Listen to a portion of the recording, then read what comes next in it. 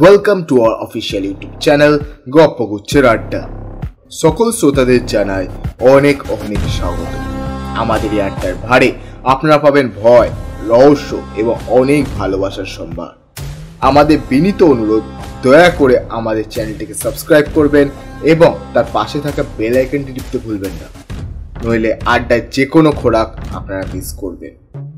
আজকে গপ্পগুচ্ছের আড্ডার নিবেদন রাজশেখর বসু ওরফে পরশুরামের লেখা মহেশের মহাযাত্রা।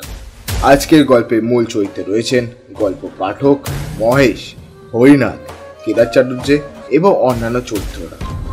এই গল্পের পরিচালনায় সাউন্ড এফেক্ট এবং আবহ সঙ্গীতে দেবজিৎ। আজকের গল্পের পাঠক দীপ, দেবব্রতবাবু, দেবাশিসবাবু, দেবজিৎ এবং শুভজিৎ। শুরু হচ্ছে আজকের গল্প মহেশের মহাযাত্রা।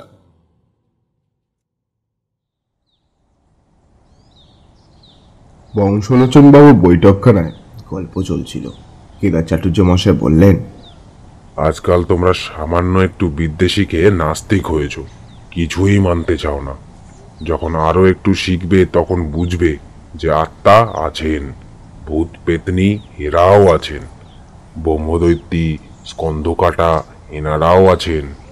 বংশলোচন বাবু শালার নগেন বলল, আচ্ছা বিনোদদা, আপনি ভূতে বিশ্বাস করেন? তার প্রত্যুত্তরে বিনোদ বলে উঠল, যখন প্রত্যক্ষ দেখব তখন না বিশ্বাস করব, তার আগে হ্যাঁ না কিছুই বলতে পারি না। চাটুর্য মশাই বললেন, এই বুদ্ধি নিয়ে তুমি ওকালতি করো? বলি, তোমার প্রপিতামহকে প্রত্যক্ষ করেছ? ম্যাকডোনাল্ড, চার্চিল আর বাল্ডুইনকে দেখেছ? তবে তাদের কথা নিয়ে অত মাতামাতি করো কেন? নগেন বলল, আচ্ছা আচ্ছা, হার মানছি চাটুর্য মশাই। কেদারবাবু তার অভিজ্ঞতার সঙ্গে বললেন, আপ্তবাক্য মানতে হয়। আরে প্রত্যক্ষ করা কি যার তার কর্ম? শ্রী ভগবান কখনো কখনো তাদের ভক্তদের বলেন, দিব্যং দদামি তে চক্ষু। সেই দিব্য দৃষ্টি পেলে তবে সব দেখতে পাওয়া যায়। নগেন জিজ্ঞাসা করল, আপনি দেখতে পেয়েছেন চাটুর্য মশাই? কেদারবাবু একটু ক্ষিপ্ত হয়েই বললেন, জ্যাঠামি করিস নে তো, জ্যাঠামি করিস নে। এই কলকাতা শহরে রাস্তায় যারা চলাফেরা করে, কেউ কেরানি, কেউ দোকানি, কেউ মজুর, কেউ আরও কিছু, তোমরা সবাই ভাবো সবাই বুঝি মানুষ। তা কিন্তু মোটেও নয়। তাদের ভেতর সর্বদাই ২-১০টা ভূত পাওয়া যায়, তবে চিনতে পারাটা দুষ্কর। এই রকম ভূতের পাল্লায় পড়েছিলেন আমাদের মহেশ মিত্তির।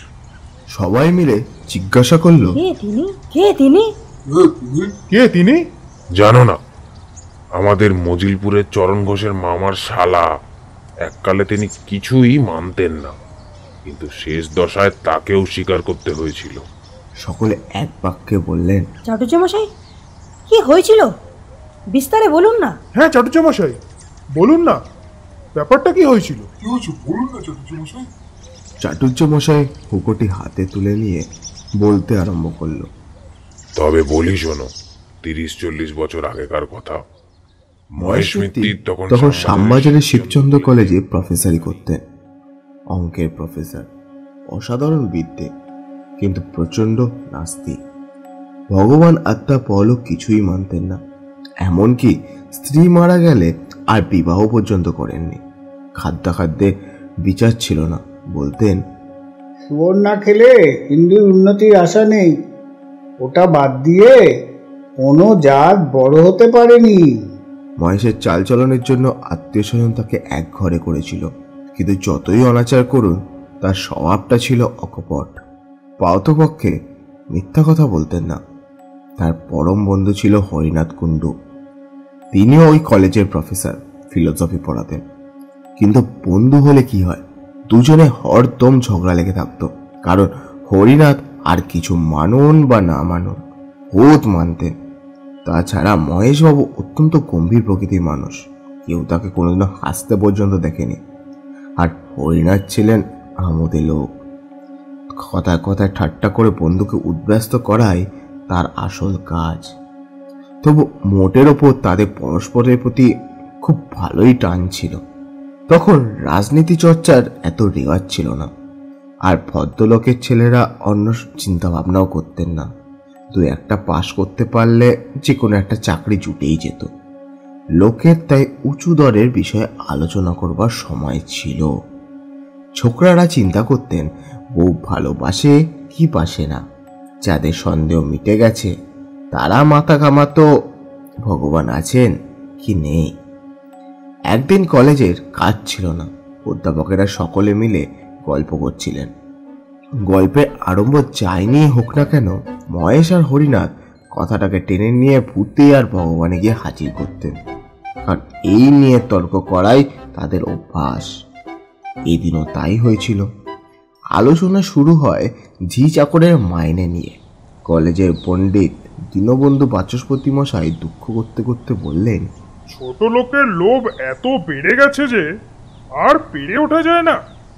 মহেশবাবু বললেন, লোভ সকলেরই বেড়েছে, আর বাড়াই উচিত, নইলে মনুষ্যত্বের বিকাশ হবে কি করে? পণ্ডিত মশাই তার উত্তরে বললেন, লোভে পাপ, পাপে মৃত্যু। মহেশবাবু পাল্টা জবাব দিয়ে বললেন, লোভ ত্যাগ করলেও মৃত্যুকে ঠেকানো যায় না। তর্কটা বেশ জুস্সই হচ্ছে না, তাই দেখে হরিনাথ বাবু একটু উস্কে দেওয়ার জন্য বললেন, আমাদের মতন লোকের লোভ হওয়া উচিত মৃত্যুর পর। মাইনে তো পাই মোটে 200, তাতে ইউলোকের কটা শখই বা মিটবে বলো? তাই তো পরলোকের আশায় বসে আছি। আত্মাটা যদি স্বর্গে গিয়ে একটু ফুর্তি করতে পারে। দীনবন্ধু পণ্ডিত বললেন, কে বললে তুমি স্বর্গে যাবে? আর স্বর্গের তুমি জানোই বা কি? সমস্তটাই জানি পণ্ডিত মশাই। খাসা জায়গা, না গরম না ঠান্ডা, মন্দাকিনী কুলকুল বইছে, তার ধারে ধারে পারিজাতের ঝোপ, সবুজ মাঠের মধ্যিখানে কল্পতরু গাছে আঙুর, বেদানা, আম, রসগোল্লা, কাটলেট সব রকম ফলে আছে। ছেড়ো আর খাও। জনকতক ছোকরা দেবদূত গোলাপে উর্নি গায়ে দিয়ে সুধার বোতল সাজিয়ে বসে আছে, চাইলেই ফটাফট খুলে দেবে। ওই হোথা কুঞ্জবনে ঝাঁকে ঝাঁকে অপ্সরা ঘুরে বেড়াচ্ছে। দুদণ্ড রসলাপ করো, কেউ কিছু বলবে না। যত কচি নাচ দেখো, গান শোনো, আর কালোয়াতি চাও তো নারদ মুনির আস্থানায় যাও। এই কথা শুনে মহেশ বলে উঠল, সমস্ত গাজা। পরলোক, আত্মা, ভূত, ভগবান কিছুই নেই। ক্ষমতা থাকলে প্রমাণ করো। তর্ক জমে উঠল। প্রফেসররা কেউ এক পক্ষে, আবার কেউ অপর পক্ষে। পণ্ডিত মশাই দারুণ অবজ্ঞায় ঠোঁট উল্টে বসে রইলেন, কিন্তু বৃদ্ধ প্রিন্সিপাল যদু স্যান্ডাল রফা করে বললেন, ওদের তেমন দরকার দেখছি না, কিন্তু আত্মার ভগবান বাদ দিলে চলে না। তার প্রত্যুত্তরে মহেশ মিত্তির বলল, কেউ নেই, আমি 10 মিনিটের মধ্যে প্রমাণ করে দিচ্ছি। হরিনাথ কুণ্ডু মহা উৎসাহে বন্ধু পিঠ চাপড়ে বলল, লেগে যাও। তারপর মহেশবাবু ফুল স্কেপ, কাগজ আর পেন্সিল নিয়ে একটা বিরাট অঙ্ক কষতে লেগে গেলেন।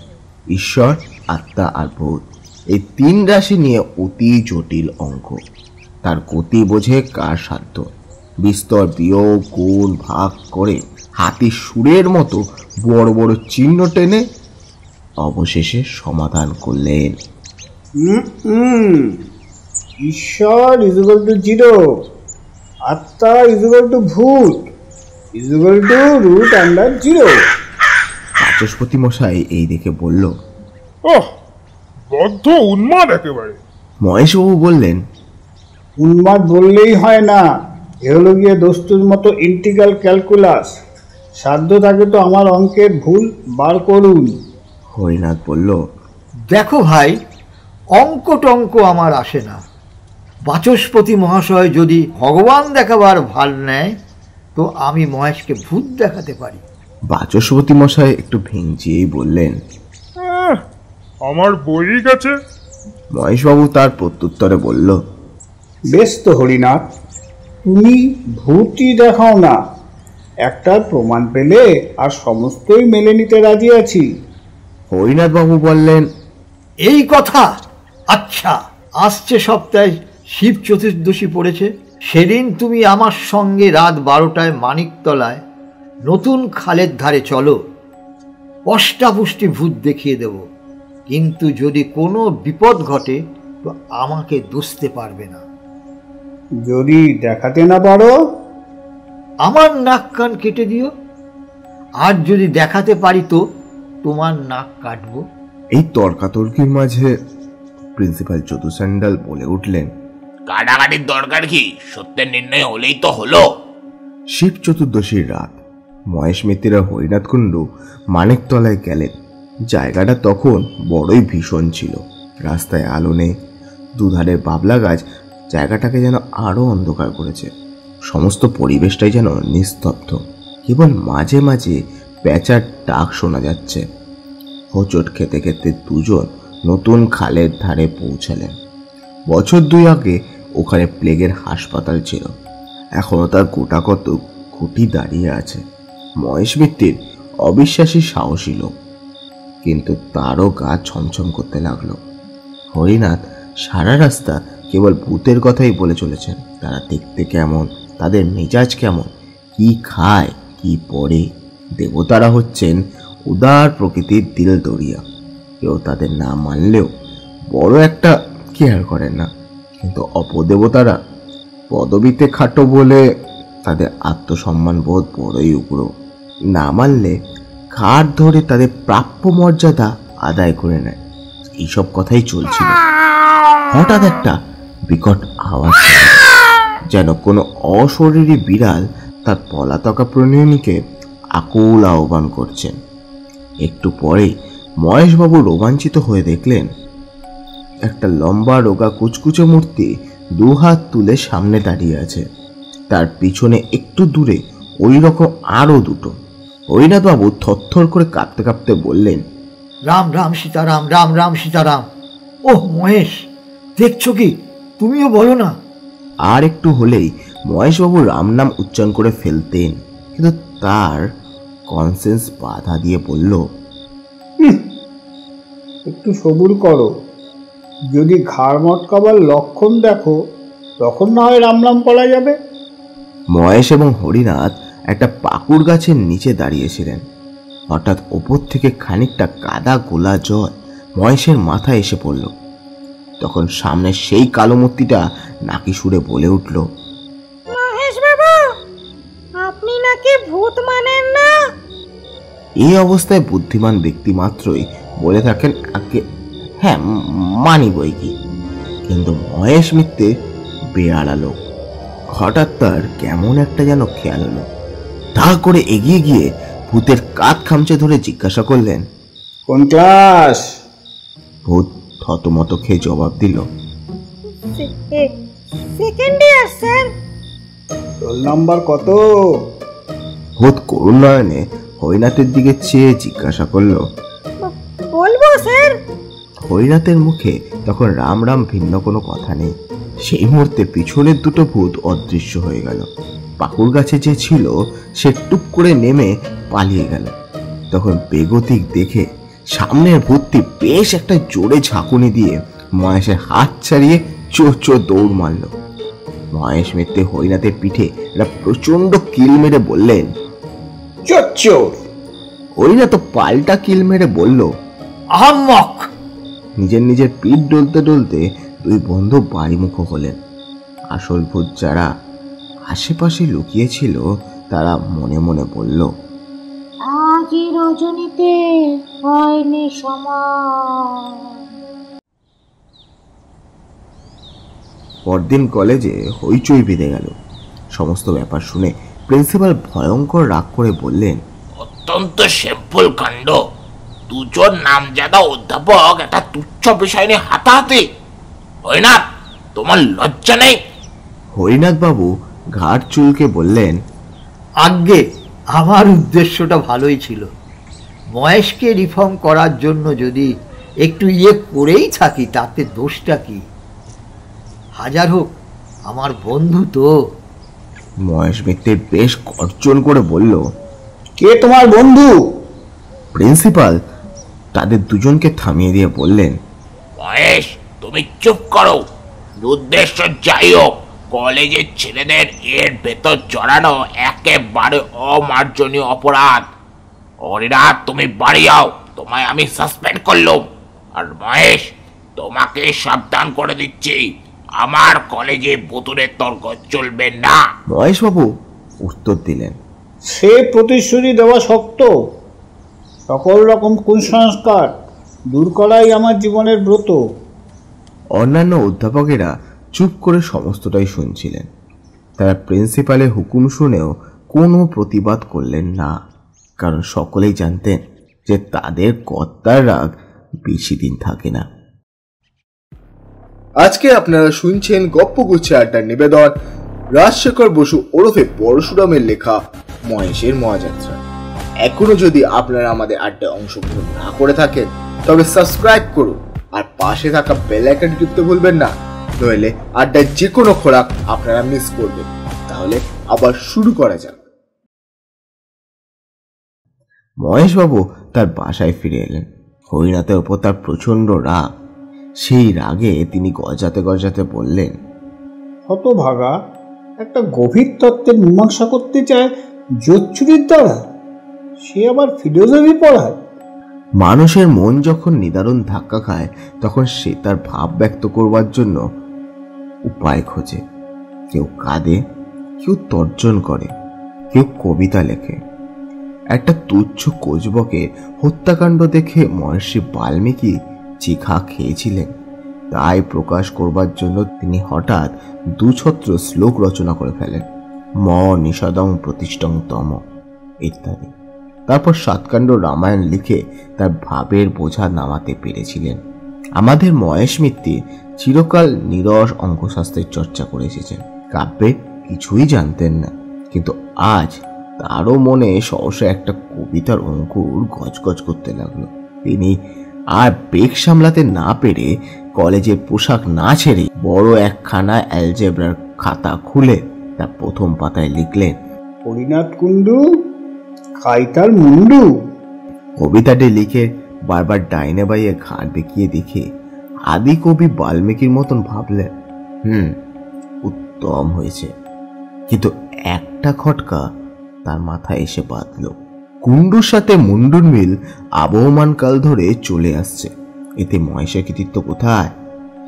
কালিদাসী হন আর রবীন্দ্রনাথই হন না কেন, কুণ্ডুর সঙ্গে মুন্ডু মেলাতেই হবে। এই হলো প্রকৃতির অলঙ্ঘনীয় নিয়ম। মহেশ একটু ভেবে ফের লিখলেন, কুণ্ডু হরিনাথ মুন্ডু করি পাত। হ্যাঁ, এইবার মৌলিক রচনা বলা যেতে পারে। মহেশের মনটা একটু শান্ত হলো, কিন্তু কাব্য সরস্বতী যদি একবার কাঁধে ভার করেন তবে সহজে নামতে চান না। মহেশবাবু লিখতে লাগলেন, হরিনাথ ওরে কবি তুই মোড়ে নরকের পোকা অতিশয় বোকা। নরকই নেই, তার আবার পোকা? মহেশবাবু স্থির করলেন কাব্য কুসংস্কার নাম দিয়ে তিনি শীঘ্রই একটা প্রবন্ধ রচনা করবেন, যেখানে মাইকেল রবীন্দ্রনাথ কাউকে রেহাই দেবেন না। তারপর তার কবিতার শেষ 4টি লাইন কেটে ফের লিখতে আরম্ভ করলেন, ওরে হরিনাথ তোরে করি কাত পিঠে মারি চর। এমন সময় মহেশের চাকর এসে উপস্থিত হলো। তিনি বললেন, বাবু চা হবে কি রে, দুধ তো ছিঁড়ে গেছে। মহেশবাবু অন্যমনস্ক হয়ে তার উত্তর দিল, সেলাই করে নে। পিঠে মারি চর মুখে কুচি খড় জেলে দেশলাই আগুন লাগাই।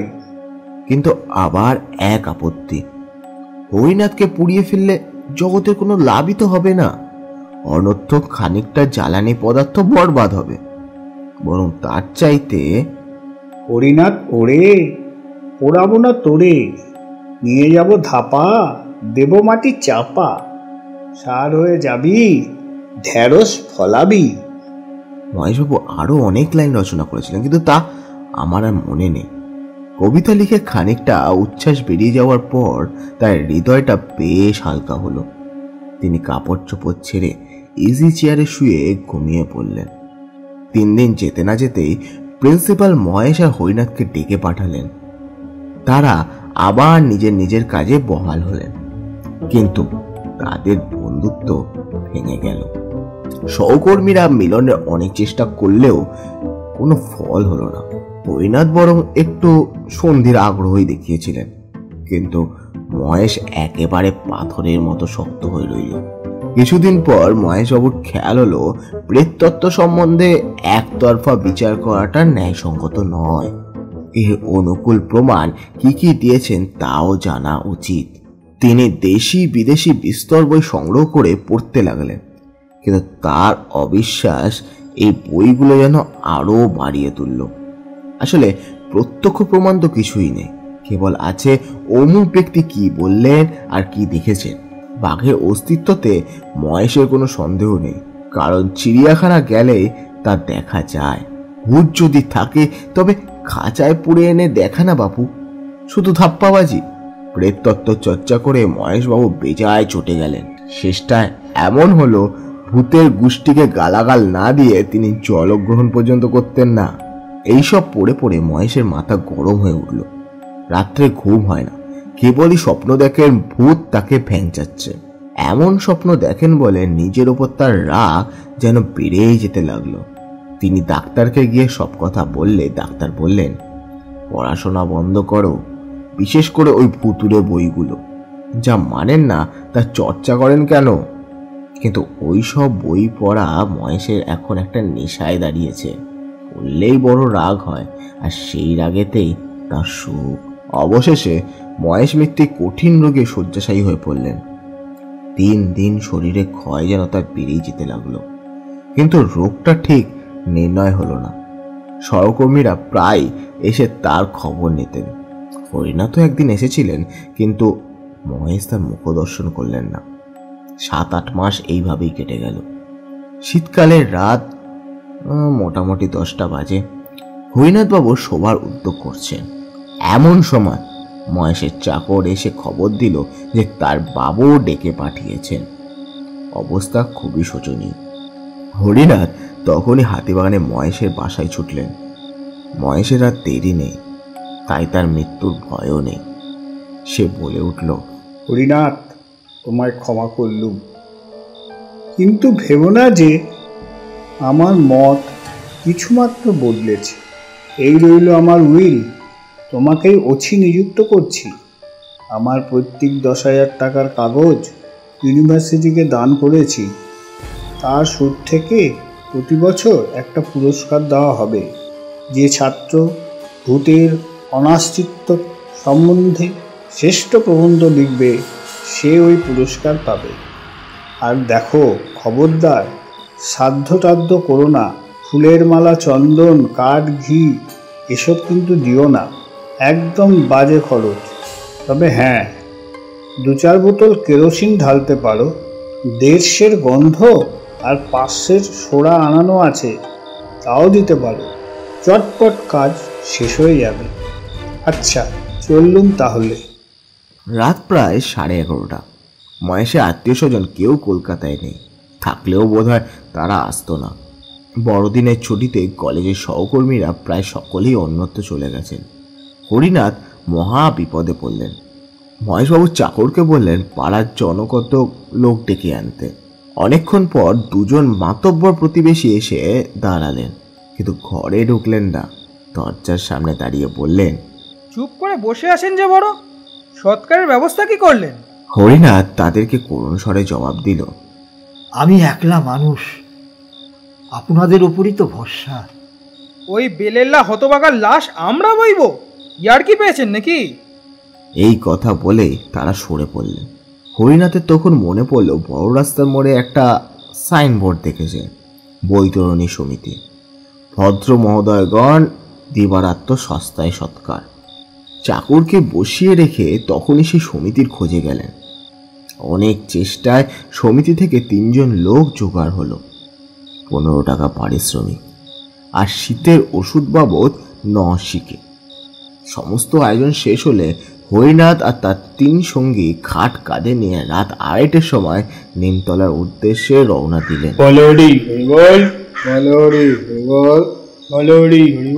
আমাবস্যার রাত, তার উপর আবার ঘন কুয়াশা। হরিনাথের দল কর্নওয়াল স্ট্রিট হয়ে চলতে লাগলো। গ্যাসের আলো মিটমিট করছে।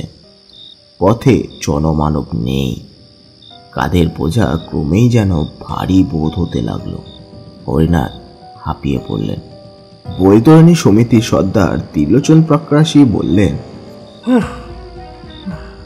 এমন হয়ে থাকে, মানুষ মরে গেলে তার উপর জননী বসুন্ধরার সব টান বাড়ে। হরিনাথ একলা নয়, তার সঙ্গীরা সকলেই যেন শীতে গলদঘর্ম হয়ে উঠল। খাট নামিয়ে খানিক জিরিয়ে আবার তারা যাত্রা শুরু করে। মহেশ মিত্রের ভার ক্রমশই বাড়তে লাগলো। পা আর এগোচ্ছে না। পাকরাশি বলে উঠলেন, ঢের বয়েছি মশাই, কিন্তু এমন জগদ্দল মরা কখনো কাঁধে করিনি। দেহটা তো শুকনো, লোহা খেতেন বুঝে। 15 টাকায় হবে না মশাই, আরো 5 টাকা চাই। হরিনাথ তাতেই রাজি হলো, কিন্তু সকলে এমনই কাবু হয়ে পড়েছে যে 2 পা গিয়ে আবার খাট নামাতে হলো। হরিনাথ ফুটপাতে এলিয়ে পড়লেন। বৈতরণীর 3 জন হাঁপাতে হাঁপাতে তামাক টানতে লাগলো। উঠবার উপক্রম করছেন এমন সময় হরিনাথের নজর পড়ল। কুয়াশার ভেতর দিয়ে একটা আবছায়া তাদের দিকে যেন এগিয়ে আসছে। কাছে এলে তিনি দেখলেন কালো র্যাপার মুড়ি দেওয়া একটা লোক। লোকটি হরিনাথকে উদ্দেশ্য করে বলল, আপনারা হাঁপিয়ে পড়েছেন দেখছি, বলেন তো আমি কাঁদতে। হরিনাথ ভদ্রতার খাতিরে 2-1 আপত্তি জানালেন, কিন্তু শেষটায় রাজি হয়ে গেলেন। লোকটি কোন জাত, তার কি পরিচয়, সেসব আর জিজ্ঞাসা করলেন না, কারণ মহেশ মিত্রের সেসবে কোনোদিনই ধার থাকতো না। আর এখন তো কোনো কথাই নেই। তাছাড়া যে লোক উপাযাচক হিসেবে শ্মশান যাত্রীর সঙ্গী হতে আসে, সে তো বন্ধু ছাড়া অন্য কিছু নয়। ত্রিলোচন পাকরাশি সব থেকে বললেন, এই যে শোনো, কাঁধ দিতে চাও দাও, কিন্তু বকরা 1 টাকাও পাবে না, আগে থেকেই বলে রাখছি।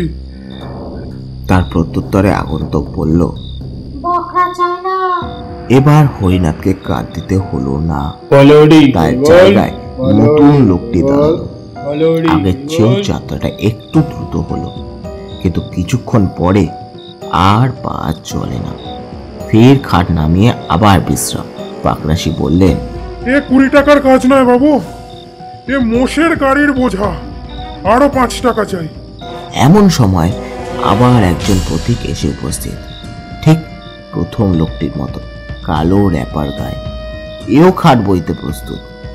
হরিনাথ বিরক্তি না করে তার সাহায্য নিলে। এবার পাকরাশি রেহাই পেল। খাট চলছে আর একটু চলে, কিন্তু কিছুক্ষণ পর আবার ক্লান্তি। মহেশের ভার যেন অসহ্য হয়ে উঠেছে। তার দেহে কিছু ঢোকেনি তো। খাট নামিয়ে আবার সবাই দম নিতে লাগলো।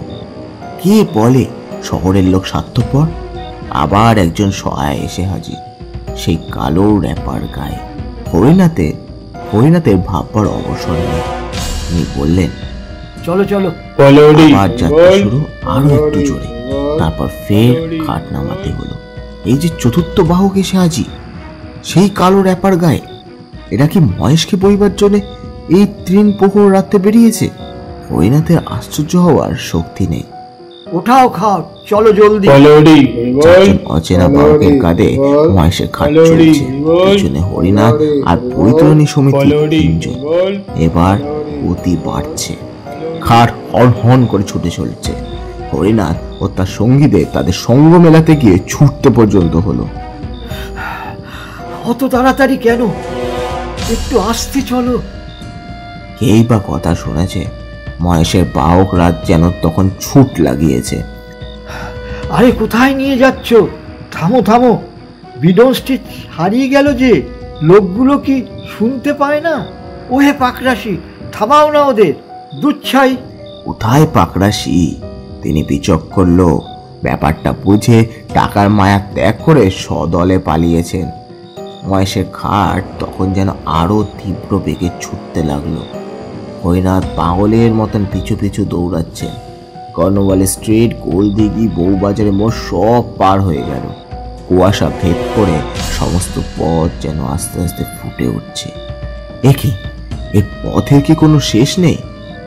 রাস্তা কি উপরে উঠেছে না নিচে নেমেছে?